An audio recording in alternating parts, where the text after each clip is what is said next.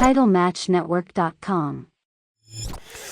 I wasn't concerned that I'd be pigeonholed. In fact, you know, being pigeonholed was a guaranteed job. I actually read an article once by Lance Storm talking about he liked the character. He said, yeah, you're not going to be a main event guy. You won't be fighting for the title and have feuds against these big guys, but you'll have a job. There's always a spot for that. If you have a serious angle and a serious angle, you need something in the middle to be that buffer. And hey, I'll be that buffer all day long, no problem. Was there a point where you embraced it? No, I embraced it from the get-go. Okay.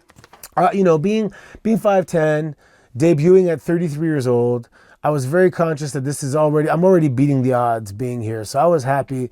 If you gave me lemons, I'm going to make you the best lemonade you ever had in your life. So I was always very grateful. Who was writing for the character at this point? In the beginning, it was Brian Gewirtz. Okay. He wrote a lot of actually comedic gems. And in the beginning, it was very precise writing.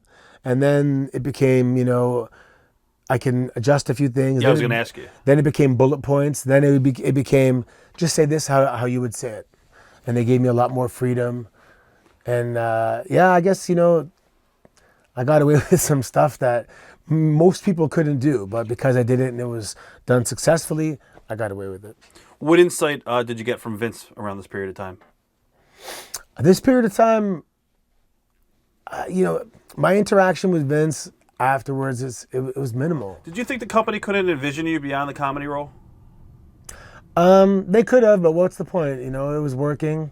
I was happy. It was a real blessing to to have the comedic role and just share laughter with people all over the world in their living rooms. And a lot of people come up to me and they thank me for that. They're like, sometimes I have a hard day at work and the kids are screaming, and you know what? When you're on, we are all sat around the living room and we just laughed. And he goes, thank you for giving me those memories of laughter with my family. So you were never really frustrated or anything? No, I loved it, man. I always pitched doing movies. I always wanted to do, because I consider myself an actor more so than other guys. I pitched a thing where I wanted to appear in every movie as a cameo. Like I'd be the waiter, or I'd be the guy, the bus driver, or whatever it was. And I pitched another movie. It was the prequel. If you listen to Jericho's podcast, that was basically the premise for the movie I wanted to do as the prequel. It's a prequel to the moment I debuted. And it's all the comedy story leading up to that moment. When I read for Scooby-Doo, the cartoon we did, I was down there at WWE Studios. I was in front of a lot of people that are, decision makers. Right. And I only had 2 lines in that movie, but we had to do a lot of extra stuff. And I was earning a job. And even Miz called me out. He's like, someone's trying to get a job. And I was doing different accents. I was doing animal sounds. I was doing everything. I'd love to do, actually, I'm going to, when I get back, follow up with that. Do voices for cartoons, for movies or whatever. I love doing voiceovers. It's so fun. And I guess I impressed them enough. And that Michael Luizzi kept me in mind. And when the opportunity came, they called me. Yeah, it was obviously different because I wasn't being Santino for the first time. Right. And day one was Larry the Cable Guy. I was going to ask you about him. Awesome. I mean, he calmed me down. On day one, I had like 1 line, and it was like, I'm like, oh, that was so lame. But then day 2 and 3, just shooting the shit, Natural. backstage, everybody, it came out of me. And by the end, they were like, I do a scene, they're like, so they were happy.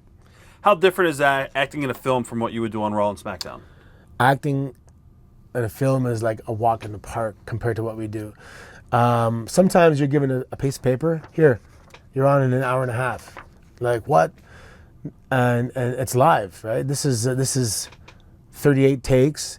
You got the script months in advance, and you get notes printed out for you. Right. All I had to do was shower, come downstairs. There's a driver waiting for me, take me to my trailer where the clothes are laid out for that particular scene. I had a great experience, man. The movie was awesome, and I'm like, I need to get myself more of these gigs. Memories of the Santino Christmas party on SmackDown. Oh, the recent one? Yeah. Yeah, that was fun. It wasn't anything super special. Were you surprised? Go ahead.